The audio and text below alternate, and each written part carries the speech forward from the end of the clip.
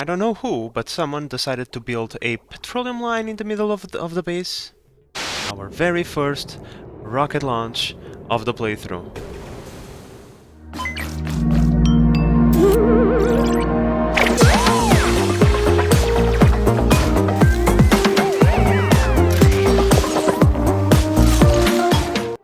Hello there, I'm the base manager and welcome back to Oxygen Not Included. Now, today, my friends, is the day that we finally get into space. Yes, we have everything that we need, all the systems that we require to keep our base and our dupes functioning without thinking too much about it are now done, which means that we can now focus on the cool stuff, on the fun stuff. And well, today is going to be the day. In fact, let's just do it. Let's gain access to space. We'll need to explore a little bit, but unfortunately it would appear that we have quite a mountainous terrain over here. Not exactly ideal, let me tell you. But well, we'll make something work out of this.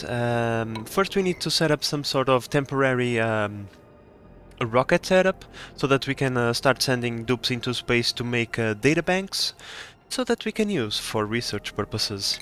Now, another thing is I'm just going to finish off anything that is remaining, like cleaning up this mess, doing a few more piping thingies. Now, in the previous episode I told you guys that I was going to make a separate line from this chamber over here, but I thought about it and I'm not going to do that. I'm going to use this same line. Like right now, this line is completely filled up because there is plenty of water to go around. But eventually, this thing is going to be dormant. In fact, this thing is dormant. This thing is going to be dormant as well. This thing is going to be dormant. So the pipe eventually is going to be empty.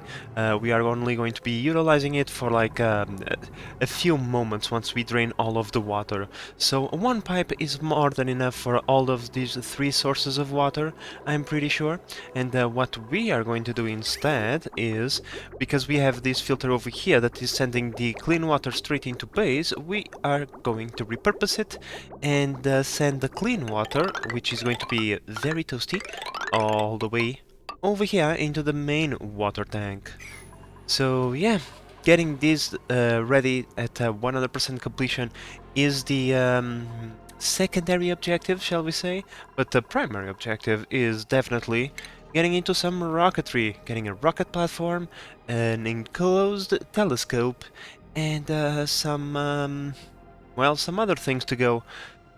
It's going to be wonderful. Okay, so when it comes to the space stuff, for starters we need a rocket platform. I'm going to be honest, I have no idea where I want to build stuff, and given that this is merely temporary, let's just put it in the way of something that I will want to build later. I'm pretty sure that I will want to build something over here, and that's why I built it over here, because that's the way things roll around here. In any case, that's just me being funny. Let's build the very first engine that we are ever going to use, the carbon dioxide engine. We just need to put the rocket in orbit. We don't need anything fancy. Carbon dioxide is something that we have plenty of. Let's build one of these, and well, in order to fuel it, we'll have to just vacuum some carbon dioxide from the bottom of the map all the way over there. That's why I kind of wanted to vacuum this thing, because the least amount of yucky polluted oxygen and other gases we have laying around, the closer the carbon dioxide will be to the surface of the planet. But apparently I was a little bit late on realizing that, especially because there is only this thingy for the gases to pass through, and so it's going to take a little bit of time until all of this is out. That's fine, we don't care too much about that. I suppose that we'll have to find a way, but for now let's just add a few more modules. Now we want to build one of these because well, the platform and the rocket will be temporary, but the Spacefarer module can be reutilized in our next data fabrication rocket, right? So let's make a permanent Spacefarer module. And then on top of this, we still have 4 squares, so I suppose that we can either put some power or some batteries. We'll need some power. This thing produces like 60 watts. The data bank thingy, which is going to be the only thing that is going to be consuming power. Oh, 60 watts. Okay, okay. No, no, no, no, no. I like it. I like it. So, yeah, I think that build 2 of these. And then a nose cone, which takes 2 spaces. Yep. Well, a basic rocket is assembled. It feels good to be back inside of a cockpit, my friends. Now it's the time where we are going to start putting all of the Tetris that we need to put inside of the cockpit. Like we need to move the cockpit thingy in here to the side. We need to put a bathroom over here, and then a dining area and a airlock. And the databank thingy somewhere. We need to put all of those thingies somewhere inside of this thingy. Let's see what I can come up with. I will try and explain what I have placed in here, but there is just so much stuff on the screen at one given time that I don't think that's possible. So let's wait a little bit for the dupes to get some stuff built, and then I will come back to this particular cockpit, I mean. We still need to build a few other things, so we cannot reach that area. That's fine, we can now. And we still need to bring a pipe full of carbon dioxide. Where are we going to get that carbon dioxide? I don't know, like the map is a ginormous mess of pipes everywhere, so yeah, wherever we decide to bring that pipe is going to be messy, so it's not even worth to think too much about it. Let's just select one spot and do it. Alright, my friends, so in order to supply carbon dioxide to this rocket, this is what we are going to do. First, we are going to build a bypass over here straight into space, because after the rocket is full, we don't want to have any carbon dioxide left in the pipes. That's because this area is very, very cold, and carbon dioxide tends to liquefy at these temperatures, and so we kinda want to avoid that. That's why the bypass is there. Then we are going to bring it through here, have a shut-off over here, because, well, if the rocket is full, we don't want to be quote-unquote wasting carbon dioxide, so we just manually cut it off or on over here. Then we have this pipe that comes all the way from over here. The carbon dioxide has raised up a little bit on this side, which is actually great. It avoids having this thing all the way down here and save us some time. So yeah, pretty simple, and at the same time should be ready relatively soon. Okay, so carbon dioxide is a go. I'm pretty sure everything is built. Yes, it is. Great. Let's turn on the signal and let's refuel our rocket. Now, it's going to take a little bit of time until we have everything ready to go. So, yeah, maybe not in a cycle or two, but soon we'll be able to kickstart this and test it out to see if everything works. Now, I think the dupes have built enough that can be easily explained. So, like I said, we are going to have bathroom, dinner area or mess hall or whatever it is called. Yeah, a mess hall, and a orbital data collection bank. So for this thing we need plastic, that's why we have the storage bin over here, and for this thing we need algae, that's why we have this storage bin over here. We are going to have an atmosuit dock because the dupes leave the rocket the second it touches down, so if you decide to drop the suit on the floor, the dupe will not pick it up and then will be exposed to the vacuum of space. So we need an atmo dock to deal with that. And yeah, now power-wise, I don't think we are going to be producing enough power to power everything, at least not immediately, but once we have pressurized the cabin, we won't be like drawing too much power, if that makes sense, and I'm pretty sure that we'll be able to produce enough power to at least have the mini gas pump to fuel to bring oxygen to the atmosuit dock, and the orbital collection lab, which costs like 60 watts. So yeah, We just need to fill up all of this to make sure that this stops working, and then have the cabin filled up with oxygen so that this stops working. Now, my friends, when it comes to the plumbing, pretty simple. We bring water from the outside, we store it up in our tank, and then we use radiant pipes to control the temperature within the cockpit, so that that way the water as it is going to be used and then quote-unquote eliminated also deletes the heat of the cockpit. Oh boy, this is going to take a while, apparently. Now, the other way that we could do this is if we start supplying oxygen via Oxalite, we would be saving a lot on power, given that power is the issue right now. Do we even have the ability to make Oxalite? I don't even know. We do. We do. So, in order to do that, it would not be super complicated. So, as we can see over here, these two thingies are not drawing oxygen from the chamber at all time, right? We are just consuming a minuscule amount of oxygen.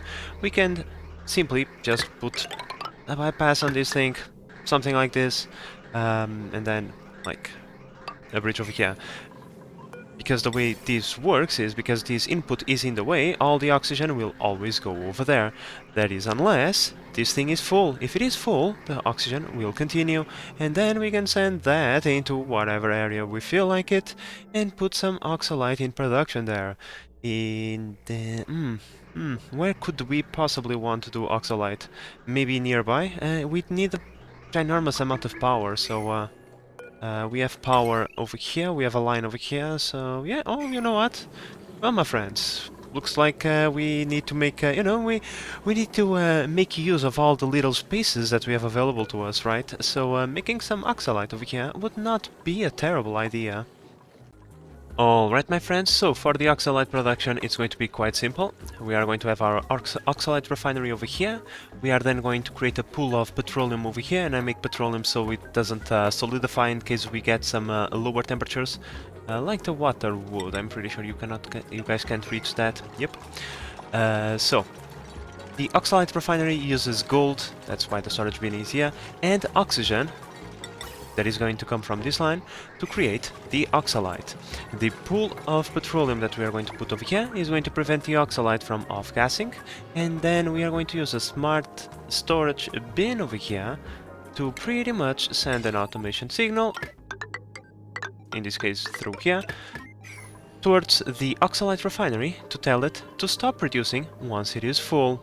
So yeah, pretty simple, and at the same time it is going to be pretty useful in a few cycles. Once we start getting into the petroleum rockets, we will have the oxalite already ready to go, which is going to be fantastic. Alright, my friends, oxalite production can now be turned on. All we need to do is supply oxalite to that thing. Now it should be requesting... what? Sends a green signal when the bin is full. Oh, wait a second, I did an oopsie. We need a NOT gate somewhere around here, like there for example. Okay, let's just wait a little bit more. And there we go, so now we have oxalite production. The autosweeper will input the oxygen, and then we'll put the oxalite in there, and then the dupes will pick up the oxalite and deliver it towards the Spacefarer module. We already had a little bit of oxalite laying around, that's why we already have some over here. And now, as we can see, this thing can operate for a little bit longer than before. We still are not producing enough power, as you can see over there. That's why I placed this battery, because once this is full, the battery will hopefully recharge, giving us enough power to run this thing without too many issues. I'm curious, if I connect the main grid to the solar panel, will we be sharing power from the grid into the Spacefarer module? Well, just in case, let's not do it like this, because, well, the line inside of the Spacefarer module is not a heavy watt wire, so let's connect it like this, using heavy, in this case, conductive wire, and then, and like so, and then if we are sharing power, well, it will... I'm sorry, it will be far better because, yeah, the solar panels, while we are on the planet, cannot produce a lot of power, so yeah, I'm pretty sure that if we can share power with the main grid, it would speed up the process um, significantly. I mean, we just need to fill this up with oxygen, fill the entire chamber with oxygen, and fill this battery up. After all of that is done, we'll build a checkpoint and send Nicola, which is the only one who I believe has the rocket piloting skill and of course the data analysis research thingy, obviously, but as rocket pilot I believe Nicola is the only one. So yeah, we'll eventually just send Nicola over here and send it into the stars in the very first flight of this playthrough. Yeah, it doesn't work. Okay, now I know. It is a shame, although it would be very nice if we could share some power. I know that if we had a battery instead of the solar panels, it would work. But yeah, using the solar panels, the outlet for the solar panels, does not. That's fine. Okay, we learn a different thing every day. Okay, so I suppose that while we are waiting, my friends, we could do some house improvement, right? We have been working on the background in these thingies, the apartments for our dupes. So how about we just get them rolling once and for all? We are starting to have a lot of dupes, and they pretty much use the bathroom a lot, and I'm afraid that 4 might not be enough for all of them. So if they have their individual bathroom, that would probably be for the best. Not only that, if we do, you know, an apartment for all, we can deconstruct this bathroom over here, we can deconstruct these buildings and move them somewhere else. And then have even more bedrooms over here, which is going to be very, very nice. Now I just need to see where I can fit a few more bedrooms, and yeah, well, I mean, this base is not that large, so we might have a few problems when it comes to space. Well, let's just say that the present me is not too happy with past me because someone, I don't know who, but someone decided to build a petroleum line in the middle of the base. Okay, fine. That is going to complicate things a little bit, but that's fine. I also need to move the lines around a little bit because, well, there are lines in the way that we need to use to bring the Germy water for the bathrooms, and we don't want to mix that Germy water with our clean water, so yeah, we'll have to move this line a little bit as well. Nothing too much, nothing too much. Yeah, I think that we can start opening bedrooms soon. We just need to add the final thing, which is in furnitures, and that is a comfy bed. Usually comfy beds are not exactly like... how should I put it? They are not amazing, they don't give a bunch of morale, but, you know, a little bit of morale is better than nothing, and, you know, we can rest easy knowing that our dupes are going to have a wonderful night's sleep. Our rocket over here is almost ready, my friends. We just need to fill up a few extra kilograms of oxygen in here. After that we need to fill up the line. This thing should stop after that, which means that the battery will be able to recharge a little bit. And after that, we are ready to go. But now, moving on to the planet, my friends. Our base is in construction, shall we say. And, well, let's just say that right now we still don't have enough rooms for everybody. We only have like 1, 2, 3. This one will count as one. So we have 7 over here, plus these 4, yeah, 11, plus this bathroom that we can convert into a bedroom, 12, and yeah, we have 13 dupes over here, so we need more rooms. At least we'll be able to house most of them, which means we can deconstruct these barracks and then just move a few dupes around in temporary quarters. I'm sure they won't care too much. I also had to, you know, relocate the common bathroom over here, because, well, we want to convert this one into a room. The pipes are, well, pretty much ready, I think, so we just need to cut, snip, and paste in one place or the other, and everything should be ready to go. Now, one thing that we are going to do is cut supply to this bathroom so that the dupes consume this water, so that then we can deconstruct all of the pipes, and yeah, I think that's pretty much it. We just need to do some connections, and we are ready to go. Okay, my friends, so a big chunk of the dupes have been assigned a individual apartment. They all have their own bathroom and all. You can assign a dupe to a lavatory, but you cannot assign a dupe to a shower. I do that by assigning them a custom permission through this door, meaning that only they can use their respective bathrooms.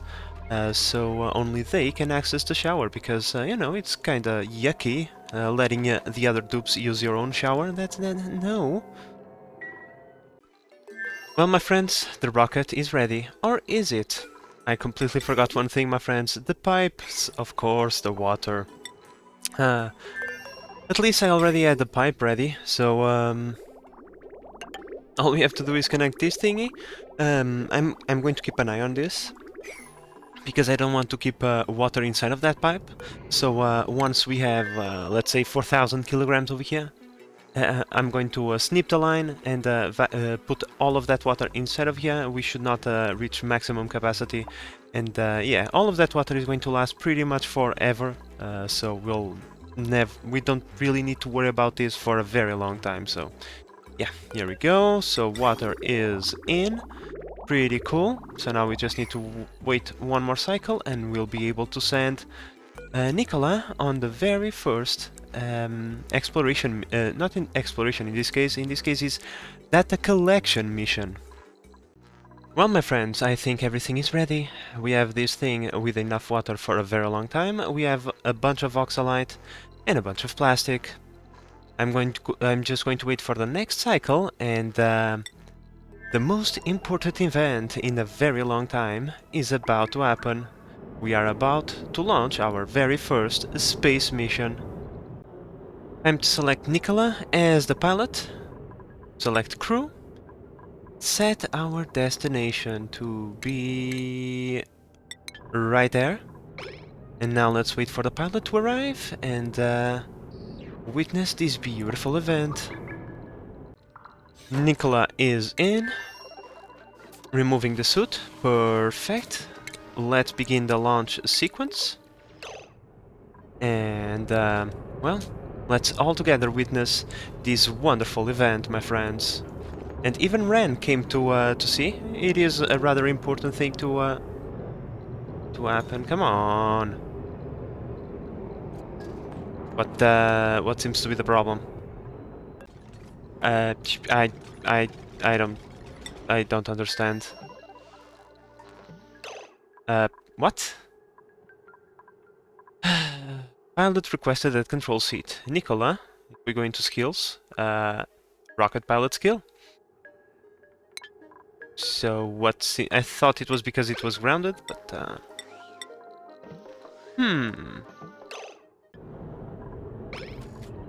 Well, my friends, I think I found the problem. It's kinda useful to have your pilot be allowed to pilot the rocket, right? Pretty sure that now everything is going to work. I am a dum-dum. Sometimes, I'm sorry guys, but sometimes... oh well. Now, let's witness this beautiful event together, my friends. Finally, our very first rocket launch of the playthrough. For a moment I thought I was going to be proven wrong again, but no. Here we go, my friends. The rocket is going. And it's beautiful. Ah, finally, I can't believe it. And Nicola now is producing databanks. Nice. We have plenty of oxygen and food to survive a few days over here, so we'll just let Nicola produce a bunch of databanks, and then we'll send him back to the colony and convert those databanks into research points. Now, once we are in space, our solar panels are producing at max capacity, and so we are pretty much almost producing as much power as we need. Whenever Nikola takes a break from producing databanks, we recharge that battery, and whenever he's using it, we just draw a little bit of power. So having this battery over here will just make sure that this rocket works perfectly, which means that...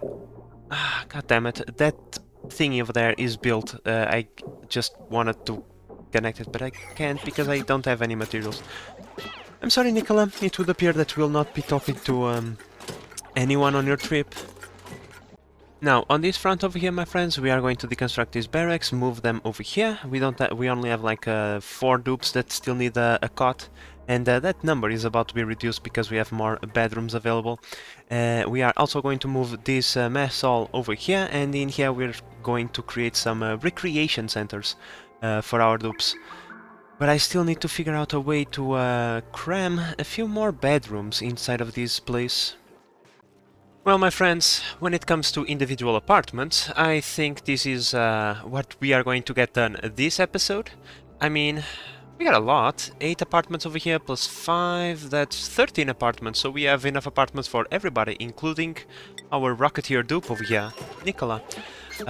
Which means that we should be good for a little while, although I would still like to get more apartments, because this limits the amount of dupes that we have. I also had to do some changes around here. I sent the room from here over into the top, that way we can get 2 in the same space. So not terrible at all. And then in the future we'll be able to build a few more bedrooms over here. Still, I would like to see how many more rooms we will be able to cram in here. Otherwise I will have to start stealing space from the outside, and I don't think that's a viable idea because of the amount of stuff that we have around our base. So I pretty much cleaned all the water in here, and somehow there is freaking water over here as well. Oh my lord, this water! I hate it so much. I really have no idea on how the water got in here. In the first place, I took all of the ice from here. There was no ice, there was no water in here. I also had cleaned that up. I really have no idea. Like, the game really likes to make a mess. For real? Like, okay, whatever. We'll pretend that there is no water over here on that tile. Especially because you can barely see it. We'll just have to pretend a little bit. I swear to God, my friends, I'm losing my mind. I'm pretty sure all the ice has been swept already, and the water just keeps showing up from somewhere. Like, the dupes don't even have time to pick up the water bottles that they have laying around, because there is just water constantly showing up. Okay, game. Okay, if you want to go that way again, here I am trying to make my best not to make a mess, and the game just makes a mess. Well, my friends, I was here replacing the regular ladders with plastic ladders. These are better looking, and they prevent germs from spreading all over the base, and your dupes will also travel faster on them. So there is plenty of advantages of having plastic ladders in your base, and I was thinking to myself while I was doing that, of course, maybe Nicholas spent a tad bit too much time on space already. We have 125 databanks. I would say that's enough. He already spent almost all the plastic that we have brought with us, so I think we send Nicola back into the planet and do some advanced research. Speaking of, let's take a look at this. I want this bad boy. I want you badly, I really want to get the petroleum rockets, because this is going to be the rocket that we are going to use for most of the playthrough, with the exception being the red rocket and the hydrogen rocket.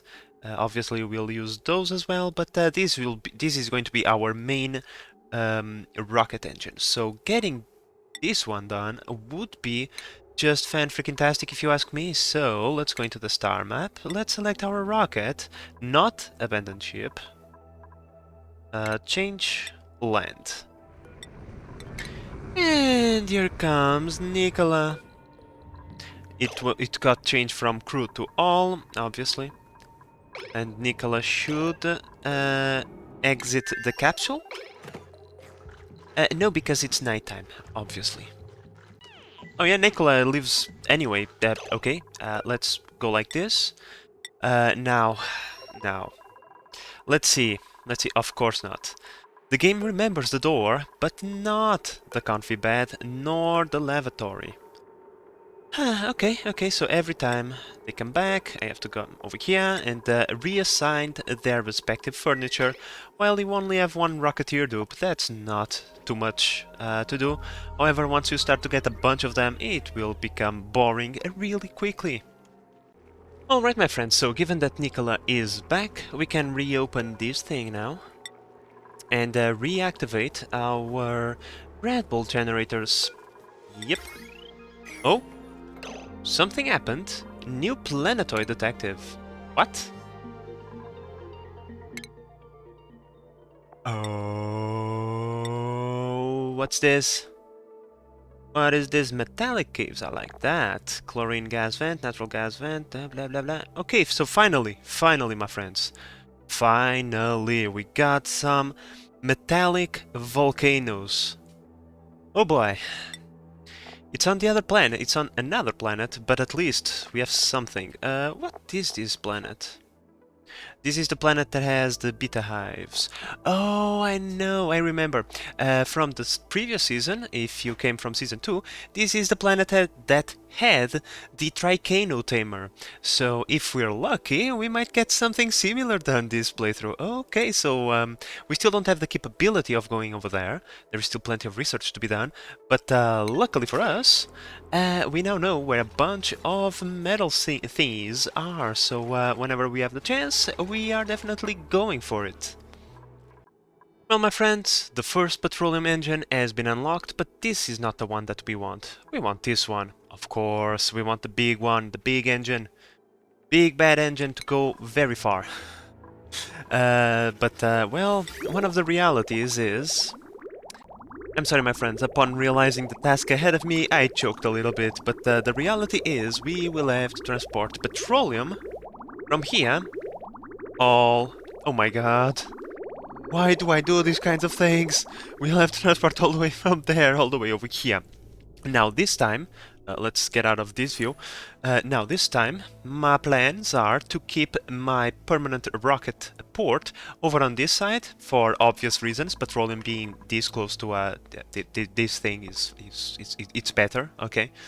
It's going to be better for us on the long run. Besides, we can start constructing our permanent rocket port and ignoring this thing for a while, given that this is our databank production facility or production rocket. We don't need to upgrade it anytime soon. What we can do in the future is create one. We can modify this one to be both databank production and exploration rocket at the same time, but that is going to require it's going to require a few things, right? In any case, starting transporting petroleum over here would probably be a great idea, if you ask me. Getting some petroleum storage and things ready to roll would probably help out in the long run. Now, there is only one small issue, that is Oxalite Production being over here and all. I can't believe it! The water was removed, my friends! Okay, finally something good happens. When it comes to water, that is, because like the game just keeps melting water from somewhere, I don't know where. I'm having trouble keeping everything clean. Yeah, the oxalite will have to be dragged from over here all the way over here. There is no point in railing it. It's only going to off gas somewhere, and we are going to lose oxalite. And oxalite is expensive to build. It takes a lot of power, so we don't want to waste it. So yeah, that is going to be a small issue, but like the dupes can recharge the rockets relatively quickly, so that's not going to be like a major headache. It's just you know, one small unoptimized parameter.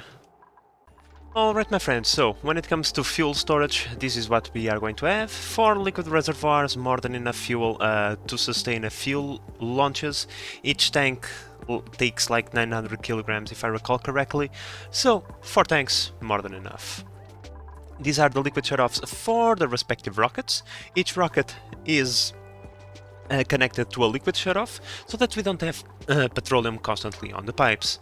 Now, my friends, when it comes to automation this time, we are going to do things a little bit different, so that the pipe is not always with petroleum going. We are just going to have a memory toggle. This way we can fill up all the tanks, wait for them to get quasi-empty, not completely empty, and then we can reactivate the system. So pretty much we have a signal switch on this one, so pretty much when this one gets below the low threshold, we'll send a signal. That signal is going to be converted into a green signal from the main for the line that goes towards the shutoff, and then the pipe is going to bring the fuel. The tanks are going to fill up. Once this one is full, like 95% full, is going to send the reset signal. The reset signal is going to convert that green signal into a red signal, and then the shutoff is going to be closed. The shutoff is right there, next to the petroleum line, and we are going to be siphoning petroleum from...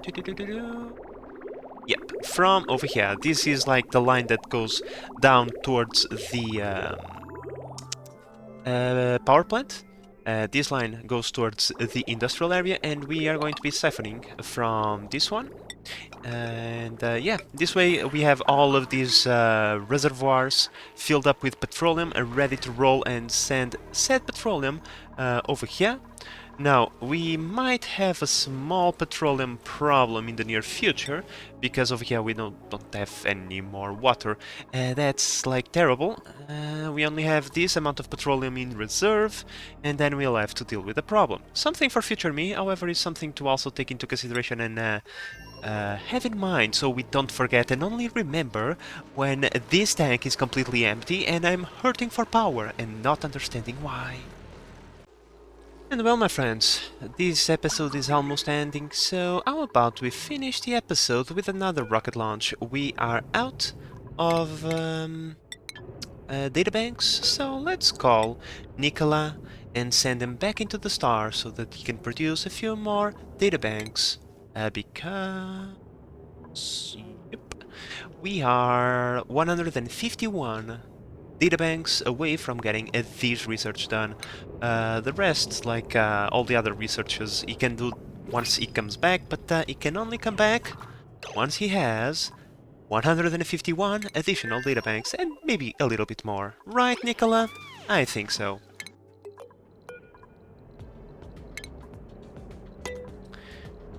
Let's once again appreciate this moment.